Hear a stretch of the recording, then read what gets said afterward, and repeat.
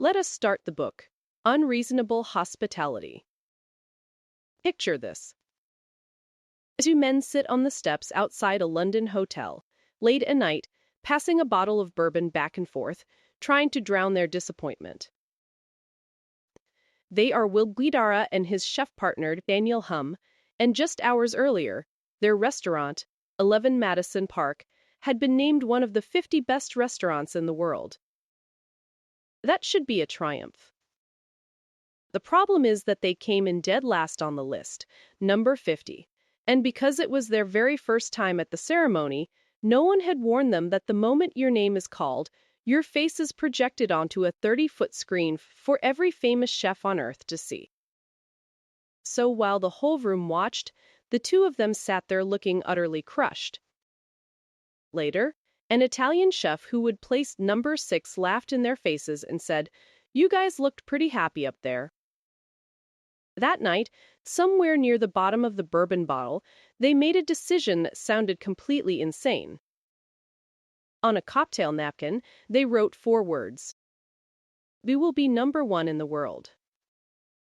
It was an audacious, almost delusional goal for a restaurant that had just been ranked dead last among the 50. But as they talked through the night, they came to a humbling realization. They had everything they needed: the work ethic, the talent, the experience, the team, and yet they had not truly done anything groundbreaking. They had been operating, in Guidara's words, as glorified curators, skillfully borrowing the best ideas from the great restaurants that came before them. They were excellent, but they had not changed the conversation. And here's the part that makes this one of the best business books of the last decade. A few years later, they actually achieved that impossible napkin goal. In 2017, 11 Madison Park was named the number 1 restaurant on the planet. Not because they outcooked everyone, though the food was extraordinary. They did it by betting everything on a single, beautifully simple idea, captured in the title of the book we are exploring today, Unreasonable Hospitality by Will Guidara. Here's the question Guidara asked that changed everything. The great restaurants of the world had always competed on food, on sourcing, technique, presentation, and taste. But what would happen, he wondered, if they brought that same obsessive passion, attention to detail, and rigor not to the food, but to the way they made people feel? What if hospitality itself, the human side, the warmth, the sense of being truly cared for, could become the thing that set them apart? That question turned a very good restaurant into a legendary one, and it turned a restaurant memoir into a book about something much larger than restaurants. Because this is the thing you need to understand from the start. This is not really a book about fine dining. As Simon Sinek writes in the foreword, it is a book about how to treat people. How to listen, how to be curious, how to make others feel like they belong. And the lessons inside apply to absolutely anyone who serves other people in any capacity, whether you are a real estate agent, an insurance broker, a teacher, a nurse, a manager, a business owner, or a government clerk. We live, Guidara argues, in a hospitality economy, where in a world of endless options and increasing loneliness, the way you make people feel is the ultimate competitive advantage. There is a famous line, often attributed to Maya Angelou, that runs through this whole book. People will forget what you said, and forget what you did, but they will never forget how you made them feel. So, over the next hour or so, I am going to walk you through Will Guidara's entire philosophy of unreasonable hospitality, from the difference between service and hospitality to the magic of the famous $2 hot dog, to how he built a team and a culture that could deliver this kind of magic night after night. Some of these ideas will challenge how you think about your own work and your own relationships. So get comfortable, and let us begin.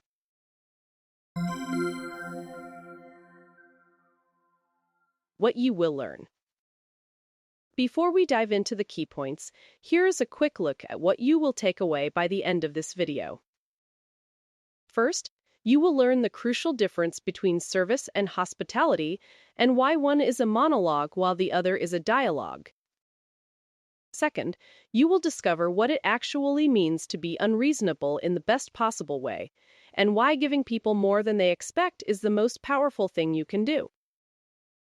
Third, you will understand the power of intention, of doing everything on purpose, and why being thoughtful and deliberate transforms ordinary moments into magic.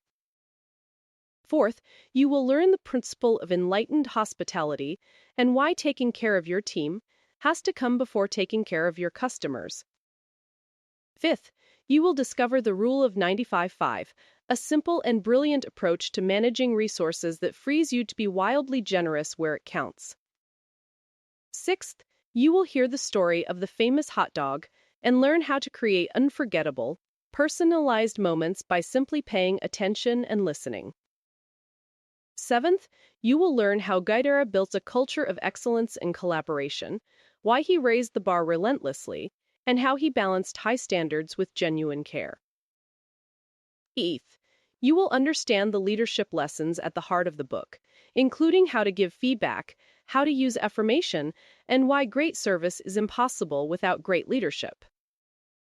Ninth, you will discover how to make hospitality systematic and scalable through ideas like the Dreamweaver, without losing the personal magic that makes it special. And finally, you will learn how all of this comes back to a single, profound truth: that the work of making other people feel like they belong is some of the most meaningful work a human being can do. That is the road ahead. Let us get into the first key point.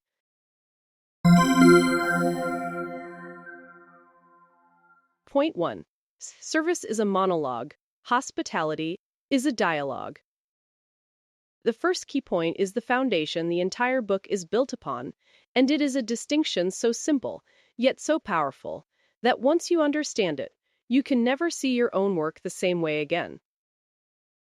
This is a difference between service and hospitality. Guidara defines it like this. Service is the technical delivery of a product.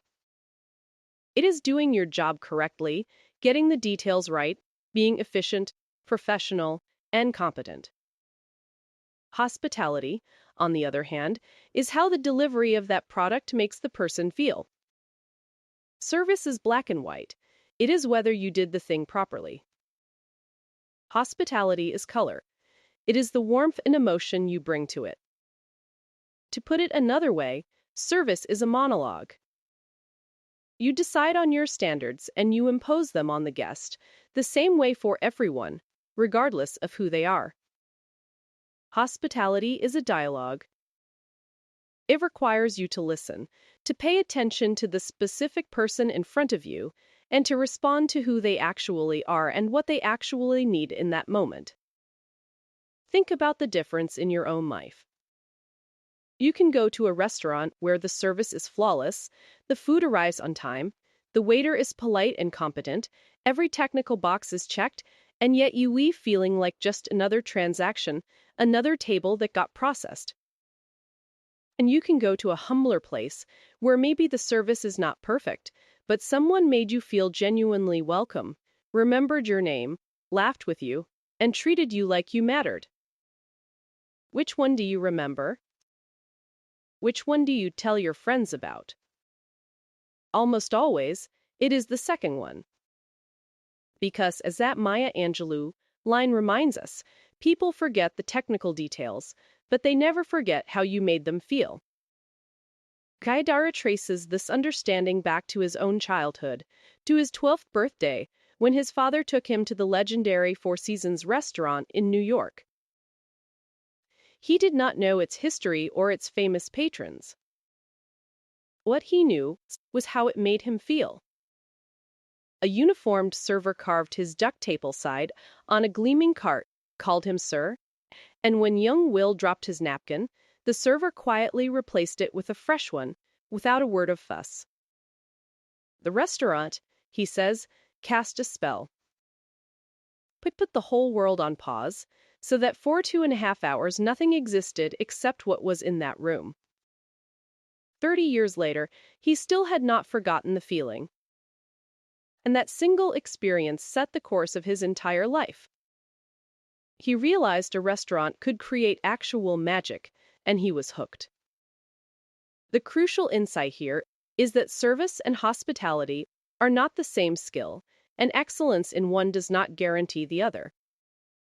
Most businesses, and most people, pour all their energy into service, into the technical perfection of the product, and treat hospitality as an afterthought, if they think about it at all. Guidara's revolutionary move was to flip that.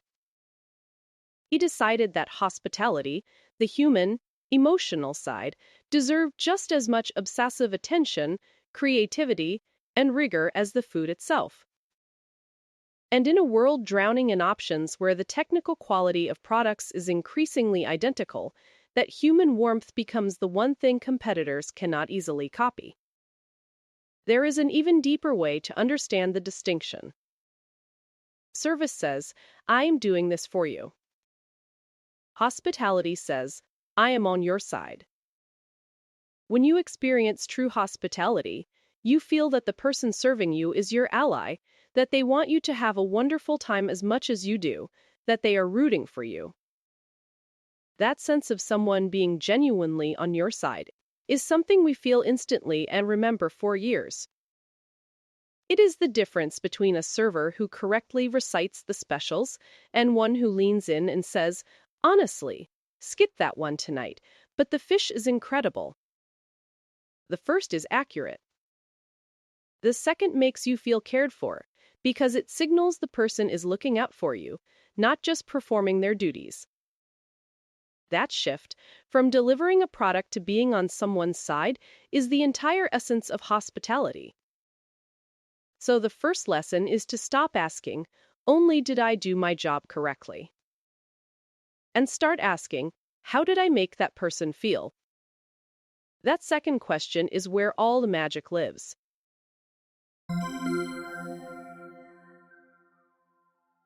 Point B. Unreasonable. Give people more than they expect. The second key point is the one that gives the book its name, and it is the heart of Guidara's entire philosophy. To be truly memorable, to create magic, you have to be willing to be unreasonable. You have to give people dramatically more than they expect. Now, the word unreasonable usually carries a negative meaning. We use it to describe people who are difficult, demanding, or impossible to satisfy. But Guidara reclaims the word and turns it into something beautiful. To be unreasonable in his sense means to go so far above and beyond what anyone would consider sensible or expected that it knocks people off their feet.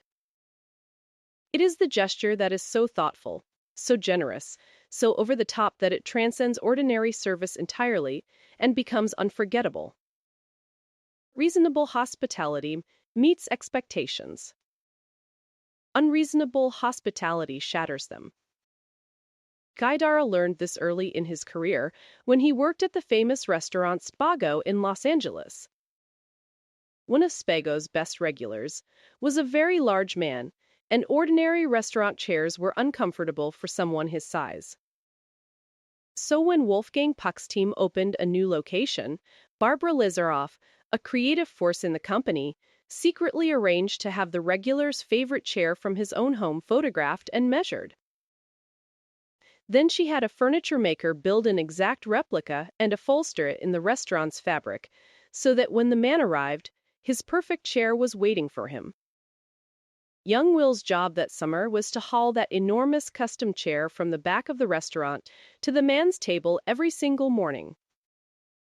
At the time, he did not have the vocabulary for it, but looking back, he understood why the gesture stuck with him for decades. It was unreasonable. It was extreme thoughtfulness, generosity, and inclusion, far beyond anything the man could possibly have expected. And Guidara still loves to imagine the look on that regular's face the first time he saw his own chair waiting for him at the restaurant. Here is why this matters so much, and it connects to a powerful principle from psychology. The experiences we remember most vividly are the ones that violate our expectations in a delightful way. Meeting expectations, even doing so perfectly, tends to be forgettable because it is exactly what we anticipated. But being surprised by unexpected generosity creates a spike of genuine emotion, and emotion is what cements a memory. When you give someone wildly more than they thought they would get, you do not just satisfy them. You move them. You create a story they will tell for the rest of their lives, and in telling it, they become an evangelist for you. And here is the part that surprises most people. Being unreasonable does not have to mean being expensive. We will see this clearly when we get to the famous hot dog story, which cost about $2 and yet became the single most memorable gesture in Guidara's entire career. The currency of unreasonable hospitality is not money. It is thoughtfulness, attention, and care. It is noticing what someone needs, often before they even ask, and then doing something about it that no reasonable person would bother to do. In fact, some of the most powerful unreasonable gestures are clever precisely because they cost far less than they appear to. Guidara describes the practice of dropping off a full bottle of expensive cognac at a table at the end of a meal. On the surface, that seems wildly extravagant. But here is the trick. After an elaborate multi-course dinner with plenty of wine, almost no one actually drinks more than a sip of that cognac. So the real cost to the restaurant was modest, yet the feeling of abundance and generosity it created in the guest was enormous. This points to a deeper truth about where to invest your unreasonable energy. Guidara talks about being a one-percenter, obsessing over the final 1% of an experience that almost everyone else ignores, because the way an experience ends disproportionately shapes how people remember the whole thing. A graceless stumble at the very end can undo 3 hours of goodwill, while a gorgeous, gracious gesture at the end can send people home glowing. So whether you are running a restaurant, a software company, or a dental office, the question becomes, where can you be unreasonably generous, especially at the end, where it counts most? Where can you give someone so much more than they expected that they walk away genuinely moved? That willingness to be unreasonable, Guidara argues, is the single most powerful tool any business or a person has.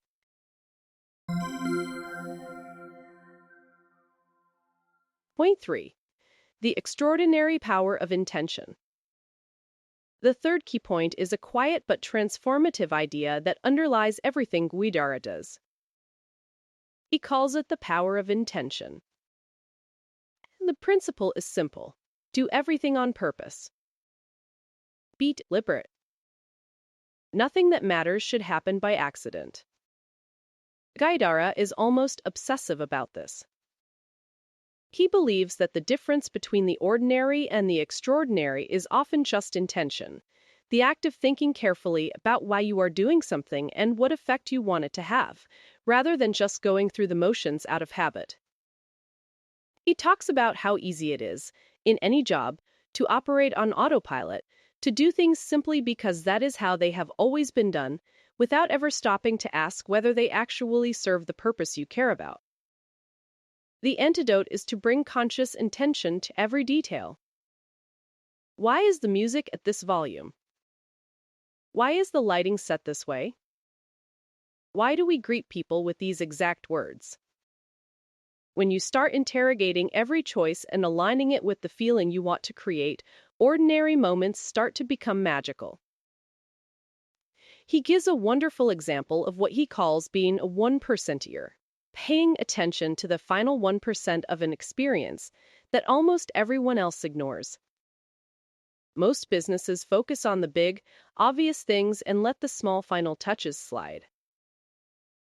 But Guidara understood that the ending of an experience disproportionately shapes how people remember the whole thing. A clumsy stumble at the very end of a 3-hour meal can undo all the goodwill built up over the entire evening. But a gracious, thoughtful gesture at the end can have the opposite effect, sending people home glowing. So he obsessed over those final moments, the things that happen after most businesses have mentally checked out. That is intention. It is caring about the parts other people do not bother to care about. Intention also shows up in the language we use. Guidara talks about how the words a team chooses, both with guests and with each other, are never neutral. They carry meaning and shape culture. A vivid example: early on, while searching for language to articulate their vision to the team, Guidara unearthed an old review of 11 Madison Park that contained the cryptic line, "The place needed a bit of Miles Davis." His partner Daniel read it and asked, in his heavy Swiss accent, "What the hell does that mean?" Guidara had no idea, but he became determined to find out. He started listening to Miles Davis constantly and reading everything he could about him. He discovered that, unlike other jazz greats, who found a signature sound and refined it, Davis radically reinvented himself with every album, constantly taking creative risks, often alienating fans and critics in the moment, but ultimately changing music forever. Guidara realized that was exactly the spirit their restaurant needed: the courage to keep reinventing, to take risks, to be bold rather than safe. They printed a sign reading, "The place needed a bit of Miles Davis," and hung it in the kitchen, where it became a guiding light. That is the power of intention, applied to identity, taking a vague phrase and turning it into a deliberate, articulated vision that shaped every choice that followed. The deeper lesson here is that magic is not random, and it is not a matter of luck or talent. Magic is manufactured, deliberately, through relentless intention. The moments that feel spontaneous and effortless to the guest are very often the result of enormous behind-the-scenes thoughtfulness. And this is incredibly empowering, because it means you do not have to wait around hoping for inspiration to strike. You can engineer extraordinary experiences by simply deciding to be more intentional than everyone else, by caring more deliberately about the details, the endings, the language, and the feelings you create. In a world where most people are running on autopilot, the person who does everything on purpose stands out dramatically. Intention is the choice available to anyone, in any job, starting today.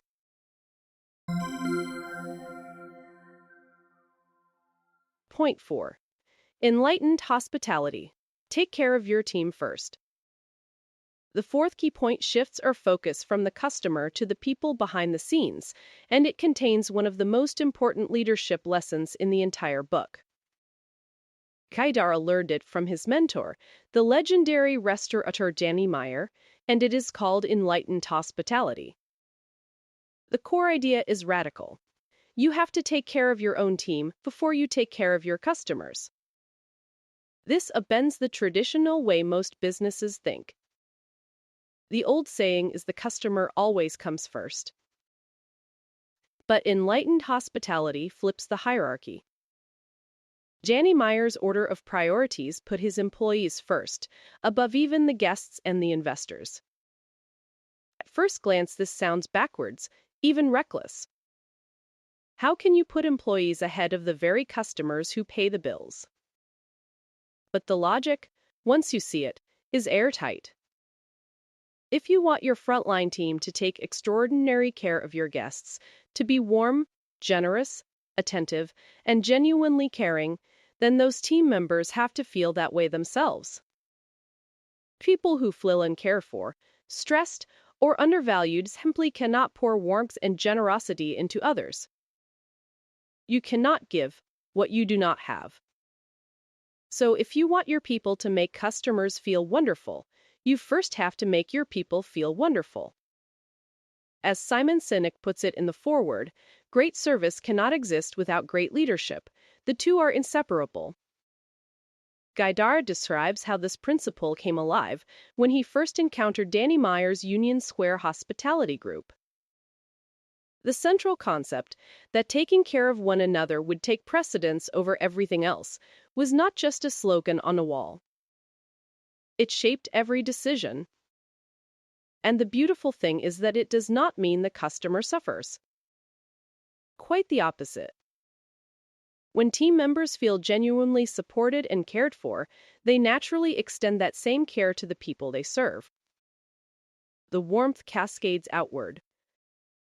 A team that feels like family treats guests like family.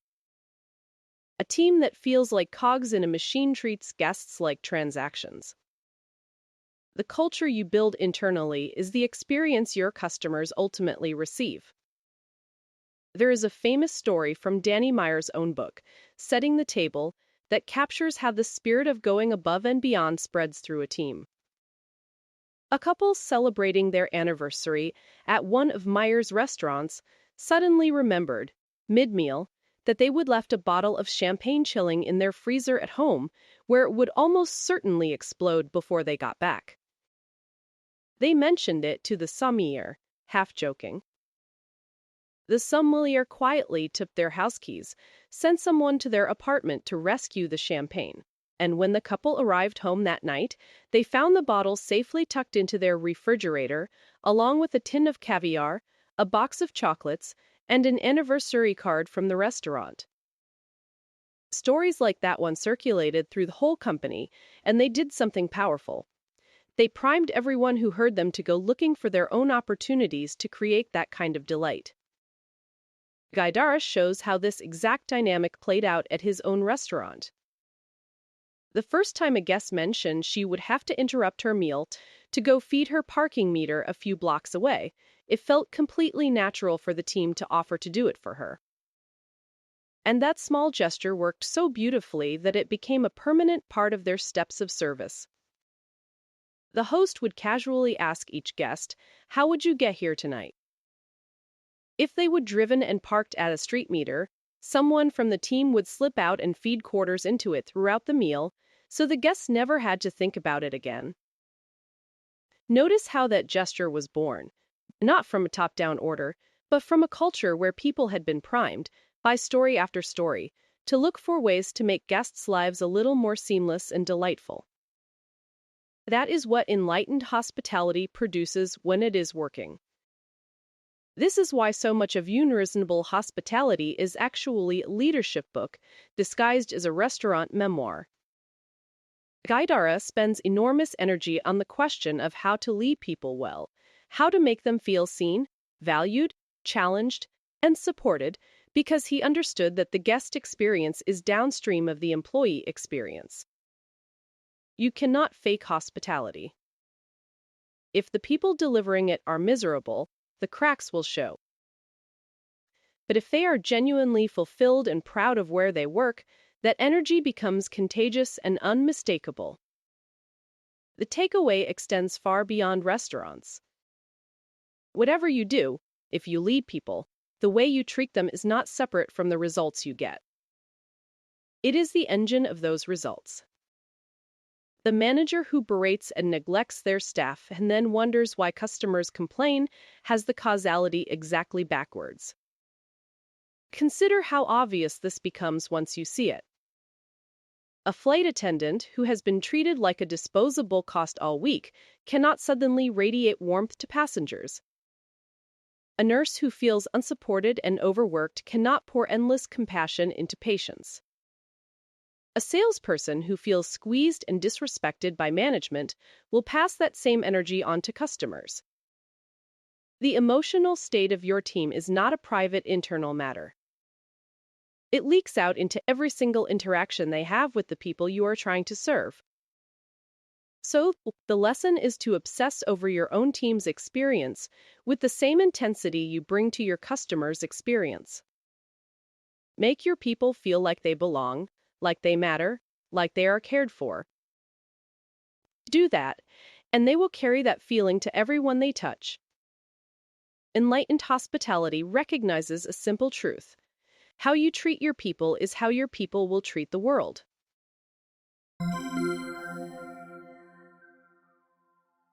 Point 5.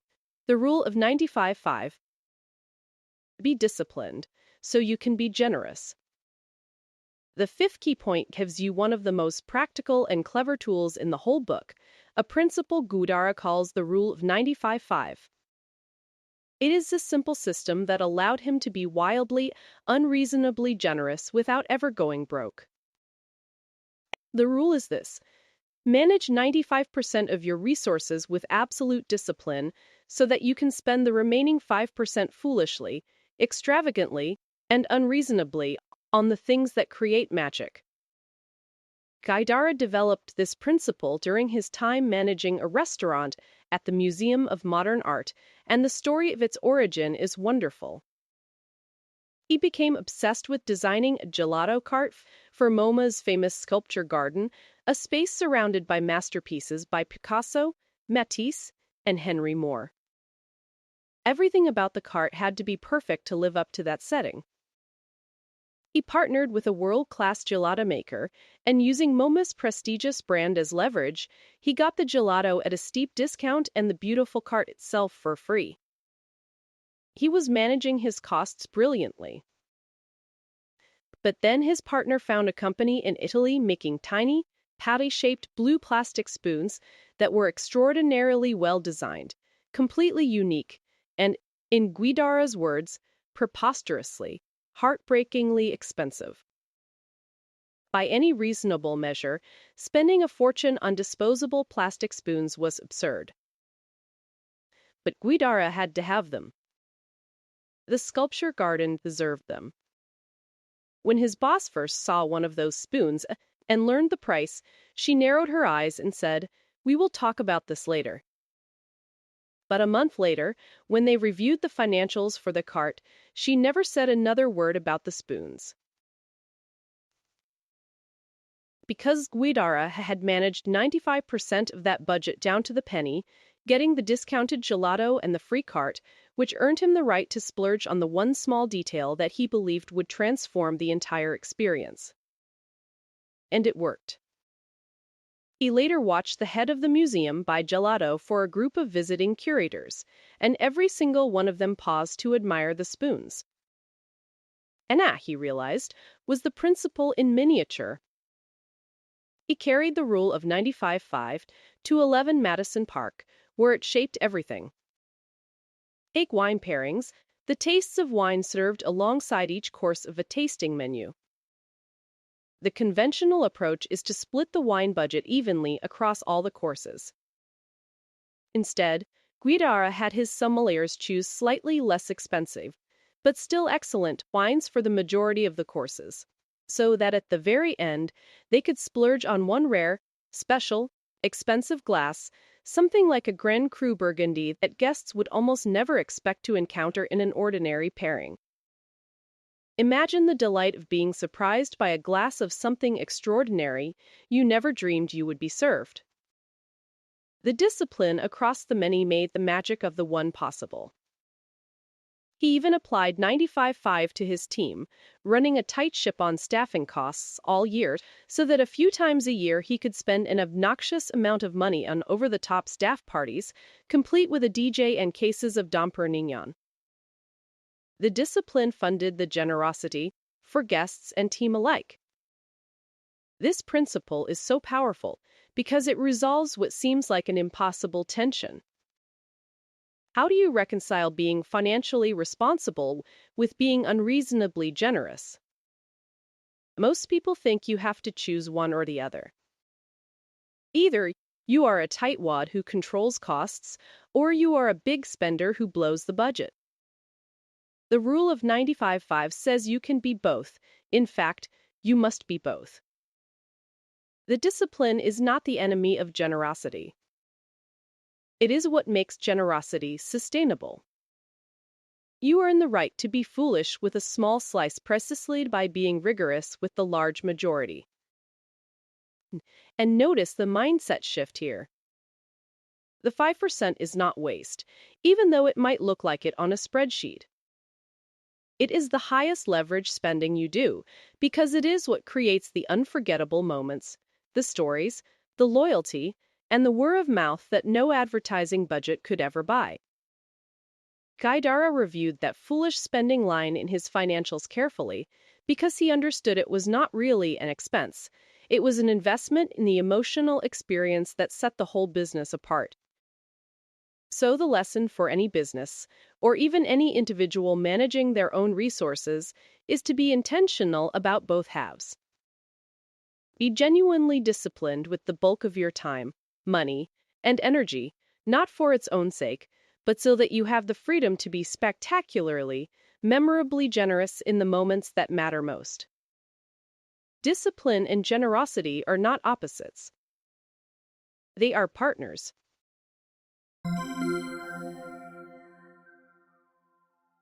Point 6.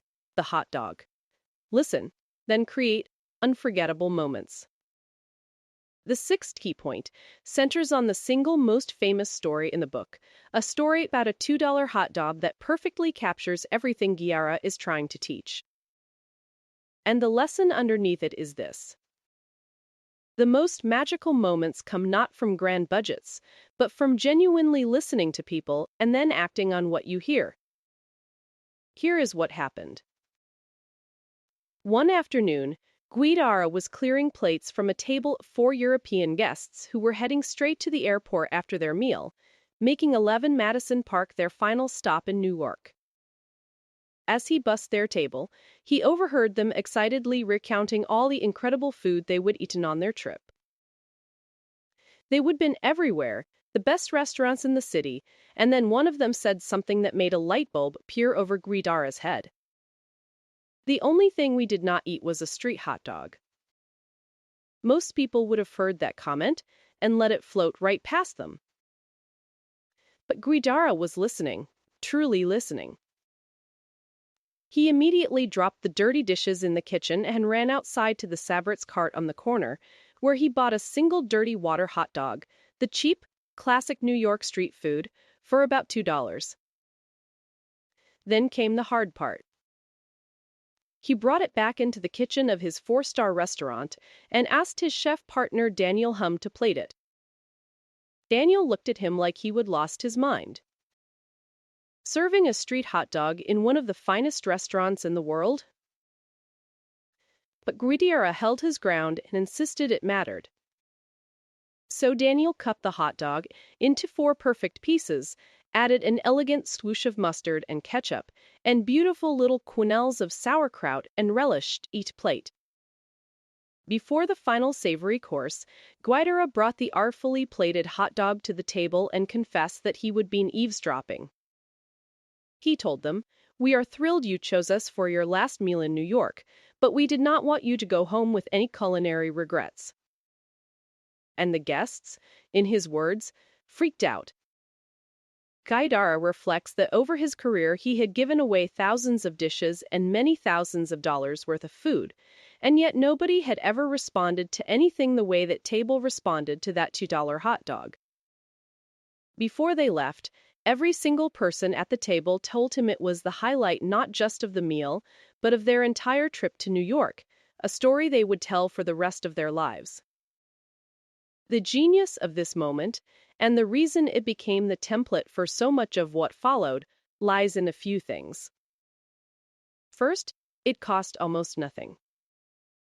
This was the ultimate proof that unreasonable hospitality is about thoughtfulness, not expense. Second, it came entirely from listening. The magic was only possible because Guidara was paying close attention to what his guests were actually saying and feeling. And third, it was completely personalized and one of a kind, a gesture that could only have happened for those specific people on that specific night, which made it feel like genuine magic rather than a routine. Guidara compares it to a band that improvises a unique version of a song that only the people in the room that night will ever hear. The same reason Grateful Dead fans treasure bootleg recordings of specific shows, because no two were ever alike. But here's what makes Guidara a true leader, rather than just a charming individual. After the hot dog triumph, he did not just bask in it. He did what great athletes do, but with an interesting twist.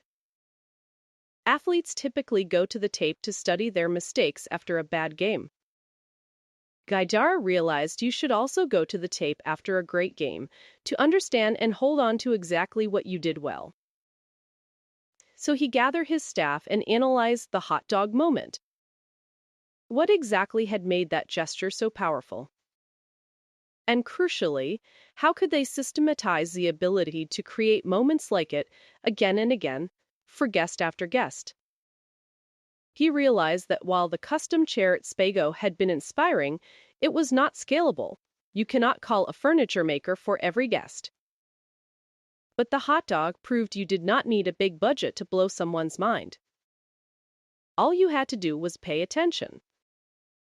And so the practice of listening for opportunities and then improvising delightful, personalized surprises became a core discipline of the restaurant. Once the team caught the spirit, the ideas exploded. When a couple came in deflated because their vacation flight had been canceled, the team transformed the private dining room into a private beach, complete with beach chairs, sand on the floor, and a kiddie pool they could dip their toes into while they sipped tropical daiquiris with little umbrellas.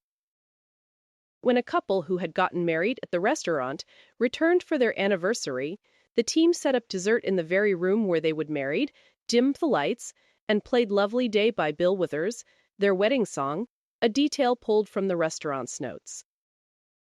For a guest whose Instagram account was devoted to his love of bacon, the pastry chef created a special bacon granola. Each of these was unique, personal, and impossible to get anywhere else. As Guidara puts it was like the Grateful Dead giving every single fan their own private show. The takeaway for all of us is beautifully simple. The raw material for magic is already there in every conversation. You just have to actually listen, and then have the courage to act on what you hear.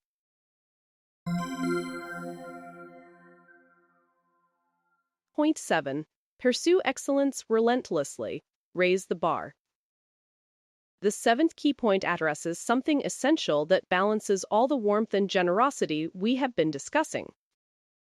Hospitality without excellence is empty. Guidara was relentless in his pursuit of excellence, in constantly raising the bar, and he understood that genuine care for people includes holding them, and yourself, to extraordinarily high standards. It would be easy to misread this book as being only about being nice. But Guidara is clear that Unreasonable Hospitality sits on a foundation of genuine excellence. The food at 11 Madison Park is not just lovingly served, it was world-class. The technical service was impeccable. The warmth and generosity were the layer on top of a relentless commitment to getting everything right. You cannot charm your way out of a badly cooked meal or sloppy execution. Hospitality amplifies excellence, it does not replace it. So Guidara pushed his team constantly to be better, to refine, to improve, to never become complacent or rest on their laurels. Guidara captures the relationship between the two beautifully. He says they earned their spot on the world's 50 best list by pursuing excellence, what he calls the black and white, attending obsessively to every detail and getting as close to perfection as humanly possible. But they got to number one by going technicolor, by layering on hospitality so bespoke and so over the top that it could only be called unreasonable. Notice the order there. The black and white came first. You do not get to add the dazzling color of unreasonable hospitality until you have mastered the fundamentals in black and white. Excellence is the price of admission. Hospitality is what wins the game once you are in it.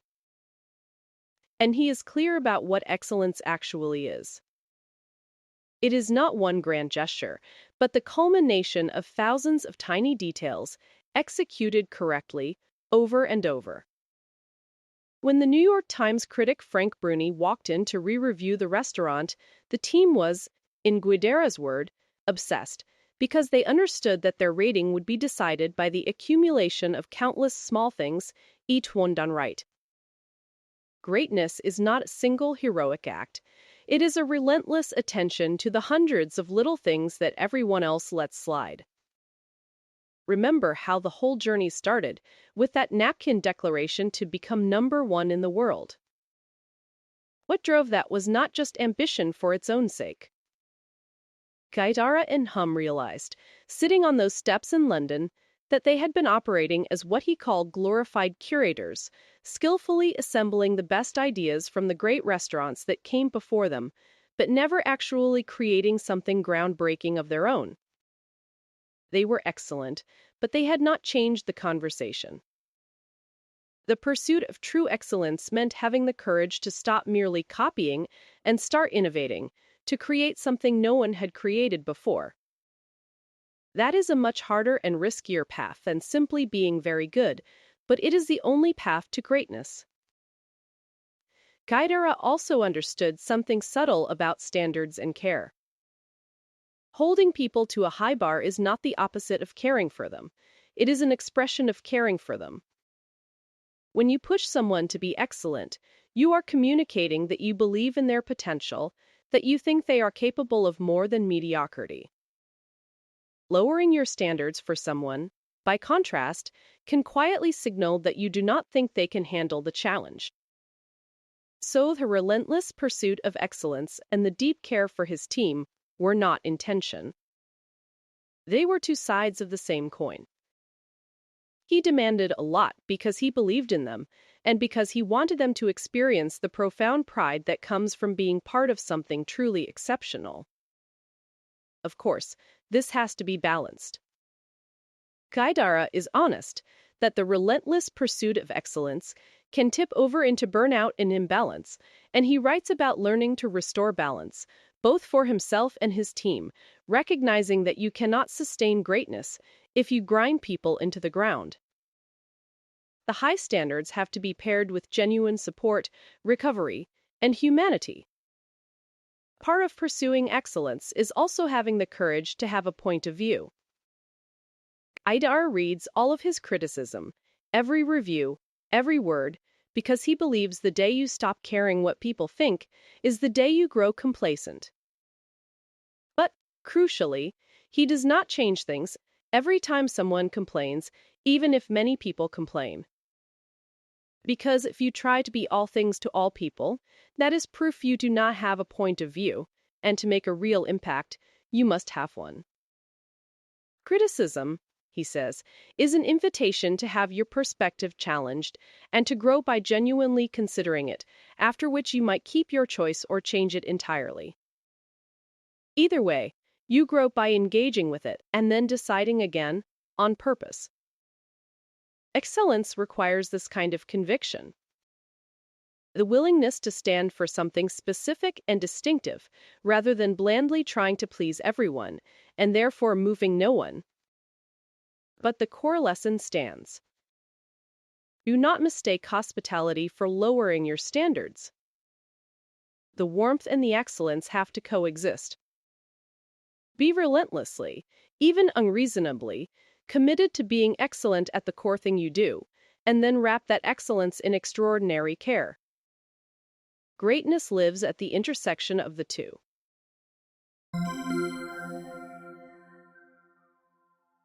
Point 8. Balance the human and the systematic. Restaurant smart versus corporate smart. Before we get to building a great team, there is a crucial balancing act Guidara learned that any growing organization has to navigate. He frames it as the tension between being restaurant smart and corporate smart, and it is a distinction with wisdom for any business, not just restaurants. The idea came from his father, also a lifelong hospitality professional, during a phone call when young Will was thrilled about a new job. His dad, in his calm way, encouraged him to think more broadly and introduced him to this concept. The simplest way to spot the difference, his father said, is to ask, where do the highest paid people in the company work? Are they out in the restaurants, close to the guests, or are they back in the corporate offices? That single question reveals a great deal about how a company is run and what it truly prioritizes. A restaurant smart company pushes power, autonomy, and creative latitude out to the frontline people who actually interact with guests. Because those team members feel a real sense of ownership, they give more of themselves, and they can deliver better, nimbler hospitality, since there are not a lot of rigid rules and systems standing between them and genuine human connection. The downside is that such companies often lack the back-end structure, the accounting, purchasing, and operational systems that make a business durable and scalable. A corporate smart company is the mirror image. It has all the sophisticated systems and controls that make for a well-run, scalable enterprise, but that very machinery can get in the way of warmth and spontaneity, leaving the frontline team feeling boxed in and the guest feeling processed. Guidara's insight is that neither extreme is the answer. A purely restaurant smart operation can deliver magic, but may not survive or scale. A purely corporate smart operation can scale efficiently but delivers cold, generic experiences. The goal is to consciously blend the two. To build the robust systems and financial discipline of a corporate smart company while fiercely protecting the autonomy, ownership, and human warmth for a restaurant smart one. This is the same tension we saw resolved by the rule of 95-5, discipline in service of generosity, and by the Dreamweaver, a system built specifically to manufacture spontaneity. The deeper principle, useful to any leader, is that systems and humanity are not enemies. The art of building a great organization lies in creating just enough structure to be excellent and scalable, without ever letting that structure crush the human connection that is the whole point. Build the systems to serve the people, never the other way around.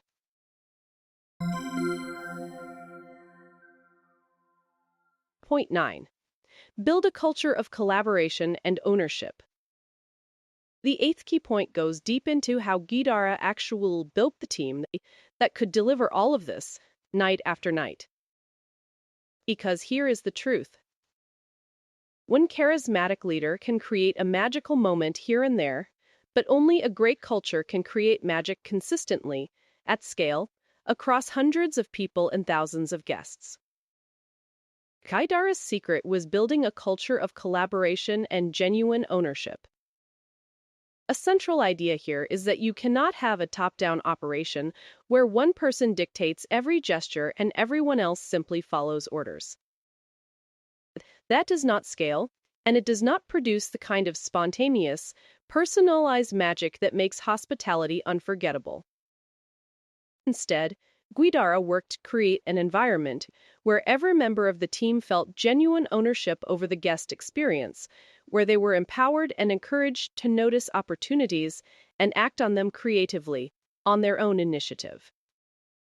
The hot dog moment could not be something only Will Guidara was allowed to pull off. The whole team had to feel permission and excitement to invent their own versions. This required building real collaboration, breaking down the traditional rigid hierarchies and silos that exist in most restaurants and in most companies, where the kitchen and the dining room, or different departments, operate as separate, sometimes hostile, kingdoms. Guidara worked to get everyone, front of house and back of house, rowing in the same direction toward a shared vision. He brought people into the creative process rather than handing down decisions from above. When people are invited to contribute their ideas, when they feel heard and feel like co-authors of the mission rather than just employees executing someone else's plan, they bring a completely different level of energy, creativity, and commitment. Guidara also understood the importance of pursuing a true partnership, which is the title of one of his chapters about his relationship with Chef Daniel Humm. A real partnership, whether between co-leaders or among a whole team, requires trust, shared values, honest communication, and a willingness to challenge each other while staying united. The strongest cultures are not built on fear or pure hierarchy. They are built on mutual respect and a shared sense of purpose that everyone has bought into. Part of building this culture meant being willing to question the rules that everyone else took for granted. Guidara tells a small but revealing story. Early on, he leaned on a guest's table while warmly chatting with a regular, and a service director rushed over, scandalized. Leaning on the table was a classic fine dining no-no, something you simply never do. When Guidara asked why, the man grew flustered and could only repeat, "I do not know why. We just do not do that." That little moment crystallized something important for Guidara. So many of the rules we follow, in any industry, persist simply because that is how it has always been done, not because they actually serve any real purpose. A genuine culture of excellence requires the courage to constantly ask, why, to challenge inherited conventions, and to keep only the rules that truly make the experience better while discarding the ones that exist only out of habit.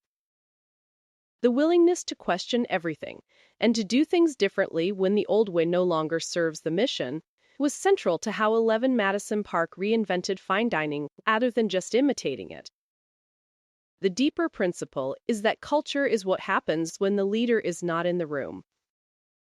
You cannot personally supervise every interaction, so the only way to guarantee consistent excellence and hospitality is to build a team that carries the values in their own hearts and acts on them without being told. That means hiring for the right qualities, especially warmth, curiosity, and care, qualities that are hard to teach. It means making the team feel genuine ownership rather than mere compliance. And it means creating an atmosphere of collaboration, where the best ideas can come from anyone, anywhere in the organization. A wonderful symbol of this culture was the name Guidara, and Hume eventually chose for their company. Make it nice. The phrase came from something Daniel used to say back when his English was less polished, and it had quietly become shorthand among the team for pay a little extra attention to this, whether this was a dish, a table of guests, or a side project. By the time the culture was fully formed, a team member could simply say "make it nice" to a colleague, and without any further explanation, they would. Guidara loved the symmetry of the words, too, because they captured the marriage of the two halves of the restaurant. The kitchen makes the food, and the dining room makes it nice, excellence and hospitality fused into one. In fact, the team was so committed to breaking down the traditional walls between departments that they refused to use the standard industry terms back of house and front of house, which subtly cast the dining room as more important. Instead, they simply said the kitchen and the dining room, two equal halves of one team. That is how deeply intentional they were about culture, right down to the vocabulary. When you get the culture right, magic stops being something the leader manufactures and becomes something the whole team generates naturally, all on its own. That is the only way unreasonable hospitality becomes sustainable.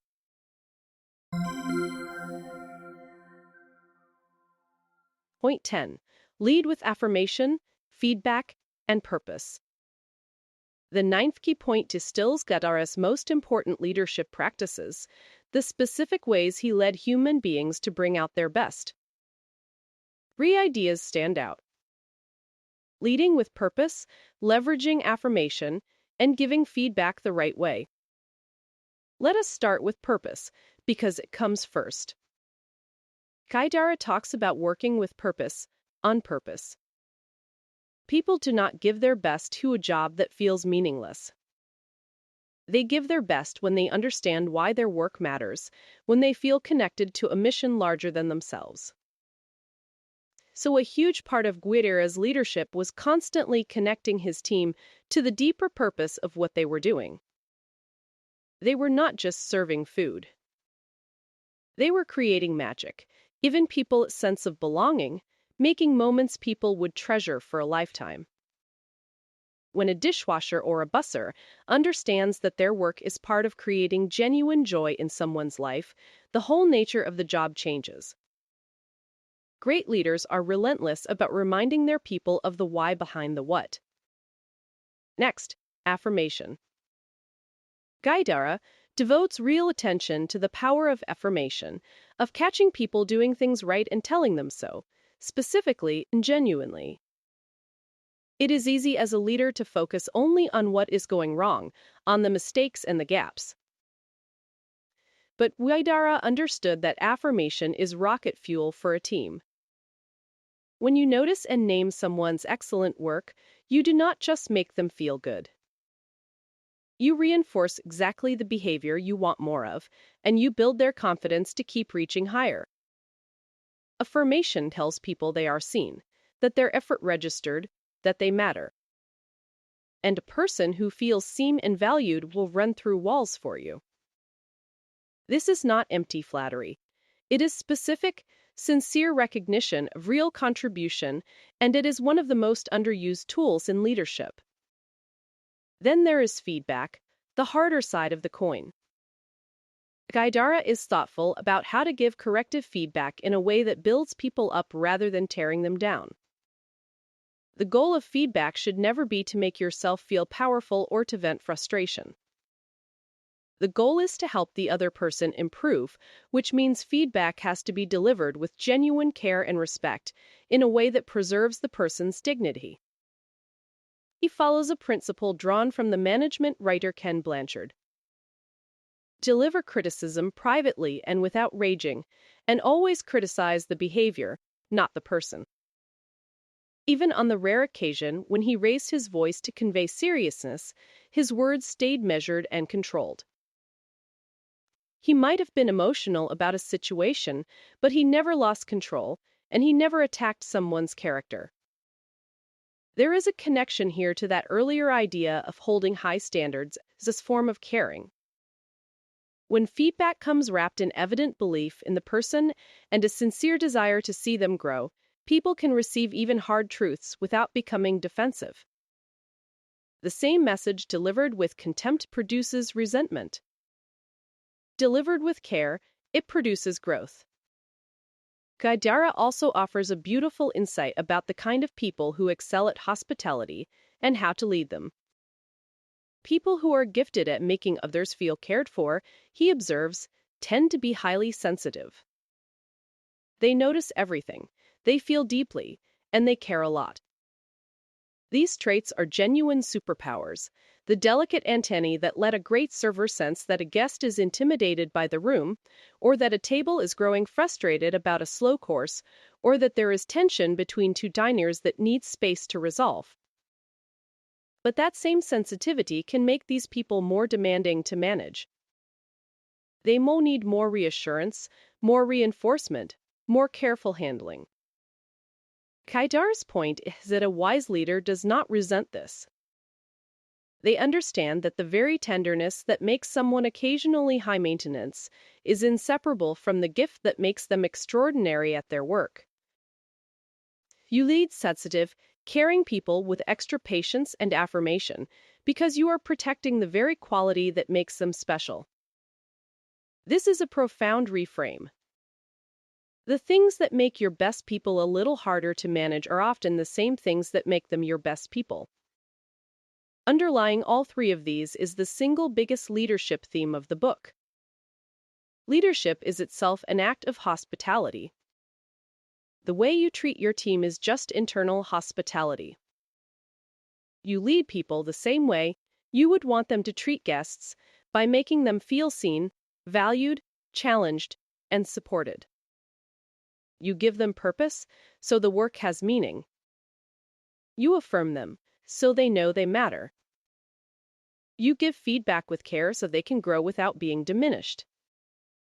Do these things consistently, and you create not just a high-performing team, but a group of people who feel genuinely fulfilled by their work and inspired to extend that same generosity outward to everyone they serve. Great leadership and great hospitality, in the end, turn out to be exactly the same skill.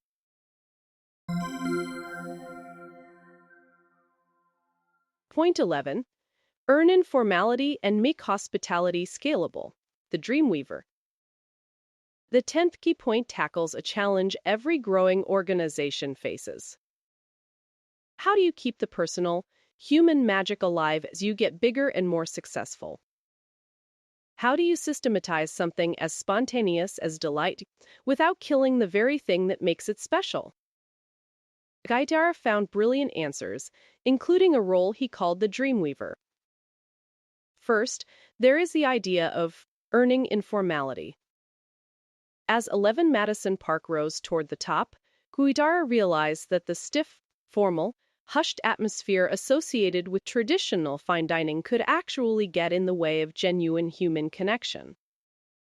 Real warmth often lives in informality, in being relaxed, playful, and authentically human rather than rigid and stuffy. But here's the key word: earning. You cannot just be casual from the start. You have to earn the right to be informal by first demonstrating absolute excellence and competence. Once guests trust that you are extraordinarily good at what you do, you can loosen the formality and let real personality and fun shine through. The excellence buys you the freedom to be human. Informality, without earned excellence, is just sloppiness. Earned informality is sophistication that knows how to have fun. A perfect example of this thinking was Guidara's decision to get rid of the host podium at the entrance. He noticed that walking into most restaurants means approaching a stranger who is staring down at a screen, an inherently cold, transactional moment. Think about what happens when you arrive at a friend's home for dinner. They throw open the door, look you in the eyes, and welcome you by name. So Guidara's team began doing exactly that. Every night, the maitre d' would chew the names on the reservation list and build a cheat sheet with photos, so that when guests walked in, they were greeted warmly and personally. Good evening, Miss Sunday, and welcome to 11 Madison Park. Behind the scenes, there was still a podium, hidden around the corner, with an anchor employee signaling in a kind of sign language whether each table was ready, while the maitre d' chatted effortlessly with the arriving guests. None of it was rocket science, but it required a willingness to do whatever it took to replace a cold formality with genuine, personal warmth. That is earned informality in action. Then comes the centerpiece of making magic scalable: the Dreamweaver. After the hot dog and a string of other improvised gestures proved how powerful personalized surprises could be, Guidara faced a problem. These moments were happening, but somewhat randomly, whenever someone happened to overhear the right thing and have time to act. How could he make this magic reliable and frequent, rather than occasional and accidental? His solution was to create a dedicated position, a person whose entire job was to dream up and execute these magical, personalized moments for guests. This was the Dreamweaver. The Dreamweaver would listen for opportunities, hear that a couple was celebrating an anniversary, or that someone had mentioned a beloved old movie, or that a table was about to head off on some adventure, and then make something special happen. They had the time, the budget, and the explicit mandate to create magic. When guests mentioned a film they loved, the Dreamweaver might send them home with a $995 of it tucked in with the check.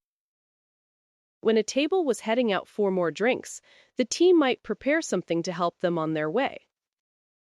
As the program proved its value, Guidara doubled down, expanding from one Dreamweaver to several. He reviewed the Dreamweaver spending in the financials and concluded it was one of the best investments the restaurant made. Classic rule of 95-5 in action, a small, foolish line item that generated immeasurable goodwill, loyalty, and word of mouth.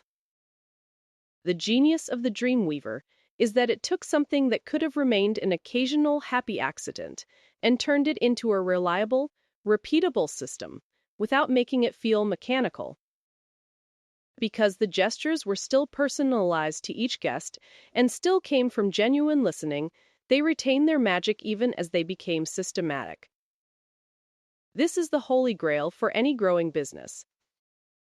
How to scale the personal touch. Guidara's answer was to make magic someone's actual, dedicated job, to give it resources and intention rather than leaving it to chance. The lesson for any organization is that the things you claim to value have to be built into roles, systems, time, and budget. If creating delightful experiences is truly important to you, do not leave it to whoever happens to have a spare minute. Make it someone's purpose.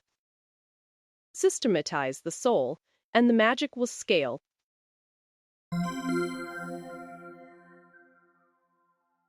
Point 12. Hospitality is a choice available to everyone, everywhere. We come to the final key point, which lifts the whole book up out of the restaurant world and places it squarely in your own life, whatever you do. Guidara's ultimate message is that unreasonable hospitality is not just for restaurants or hotels or fancy establishments. It is a way of being in the world, a choice available to every single one of us, in any job and in any relationship. Throughout the book, Guidara is insistent that these principles apply universally. The act of giving people more than they expect, of making them feel genuinely seen, heard, and cared for, of bringing intention and warmth to your work, translates to every field imaginable. He points out that the lessons matter just as much to real estate agents, insurance brokers, salespeople, doctors, teachers, and even government agencies, as they do to chefs and servers. Anyone who interacts with other human beings, which is essentially everyone, has the opportunity to practice hospitality. The cashier, the customer service rep, the nurse, the manager, the colleague, every one of them can choose to make the people around them feel like they belong. And in an increasingly automated, transactional, and lonely world, that human warmth is more valuable and more rare than ever. This connects back to the larger point Simon Sinek raises at the very start. We are living through an epidemic of disconnection and loneliness. We gather less, we know our neighbors less, we interact more through screens and less in person. The bowling leagues, the rec centers, the regular gatherings that once knit communities together have faded, and digital communication and remote work have left many of us feeling lonelier than at any time in recent history. And yet the deep human need to feel that we belong has not gone anywhere. It is innate, and it is permanent. This is precisely why hospitality, the work of making others feel welcome and seen, has become not just a nice-to-have but something the world genuinely hungers for. When you choose to practice unreasonable hospitality, you are not just running a better business. You are pushing back against that loneliness. You are giving people something they are starved for.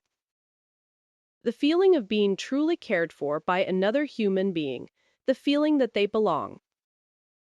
Guidara also wants you to understand how meaningful this work is for the person doing it, not just for the person receiving it. There is a profound joy and sense of purpose that comes from making other people feel good, from being the source of someone's delight. The pursuit of hospitality is not a sacrifice you make for others. It is one of the most fulfilling ways you can spend your own life and energy. When your work becomes about making people feel like they belong, the work itself becomes deeply meaningful. You go home fulfilled rather than drained, because you have spent your day creating moments of genuine human connection. And there is something even larger here. Guidara came to see that the team's shared mission, to give people a sense of belonging, was bigger than any individual gesture or any restaurant ranking. It was a purpose worth dedicating a life to. The number one ranking, when it finally came, was wonderful, but it was a byproduct. The real prize was the privilege of moving people, night after night, and of doing it together with a team that cared as much as he did.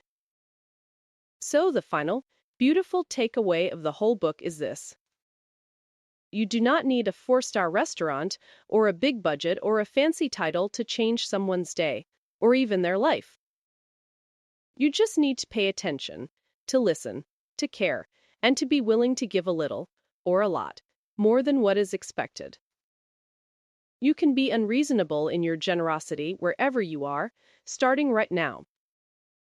The barista who remembers your name, the colleague who notices you are struggling and quietly helps, the salesperson who treats you like a person rather than a transaction, all of them are practicing the same magic Will Guidara built into the best restaurant in the world.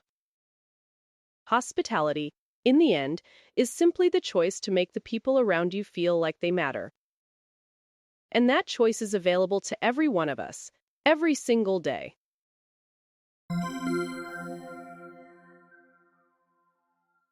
So that is Unreasonable Hospitality by Will Guidara. If you take away just one thing from all of this, let it be the difference between service and hospitality. Service is doing your job correctly. Hospitality is how you make people feel while you do it. One is a monologue. The other is a dialogue.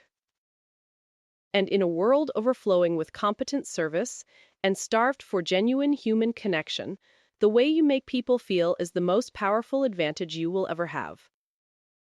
Be intentional, doing things on purpose rather than on autopilot. Take care of your team first, because they can only give to others what they themselves have received. Be disciplined with the 95% so you can be unreasonably generous with the 5% that creates magic. And above all, listen, really listen, because the raw material for unforgettable moments is hiding in plain sight in nearly every conversation you have. A $2 hot dog, plated with love and given to 4 travelers who just wanted one last taste of New York, became a story they will tell for the rest of their lives. That is the whole book in a single image. It was never about the money, and it was never really about restaurants. It was about paying enough attention to notice what someone longs for and caring enough to give it to them.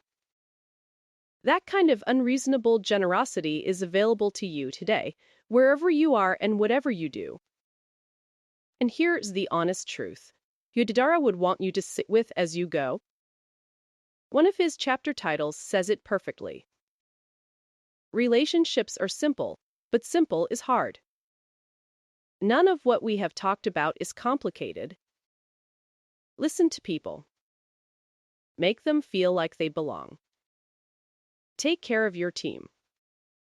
Be disciplined so you can be generous. Give more than people expect. Do everything on purpose. There is nothing here you could not start doing tomorrow. The challenge was never understanding it. The challenge is the discipline and the courage to actually do it, consistently, day after day, when it would be so much easier to just go through the motions. The people and the businesses that choose to do the simple, hard things are the ones nobody ever forgets. You do not rise to greatness by being the cheapest, or the fastest, or even the most technically perfect.